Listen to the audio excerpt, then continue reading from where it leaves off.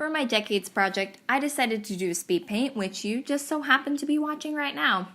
This took me about 3 hours in total from sketch to final color, and sadly I did lose the footage from any of the coloring from the 80s person onwards due to my phone dying near the end of the time lapse. I'd just like to start by explaining what I researched and how I implemented it into the piece. So, I researched conformity throughout the decades, and yeah, I know it sounds boring, but it was actually really fun to learn about all the different movements within the last almost 70 years.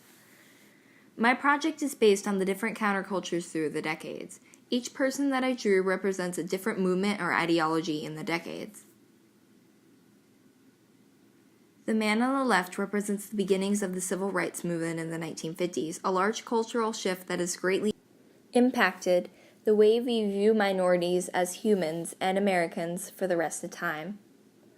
The woman to his right represents the women's liberation movement for equal pay and anti-discrimination in the workplace during the 1960s. This is when women start to abandon their gender roles and take more action in the workplace. Directly next to her is a man in a hippie style of clothing.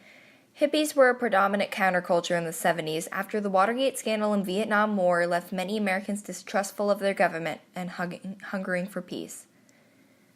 The 80s is when counterculture becomes a little less serious, and the man in the Michael Jackson outfit represents the teenage craze that started on August 1st, 1981. MTV.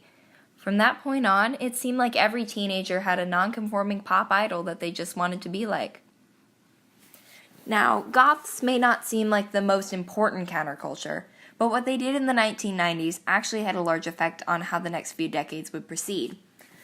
The Gothic style was almost completely free of gender norms, with men wearing skirts and women shaving their heads. They truly did impact the way people were viewed. Then comes the combination of the 2000s and 2010s, two very similar decades. Near the end of the 2000s, gay marriage was legalized in one state, but near the mid-2010s, it became legal in all 50 United States after a Supreme Court ruling.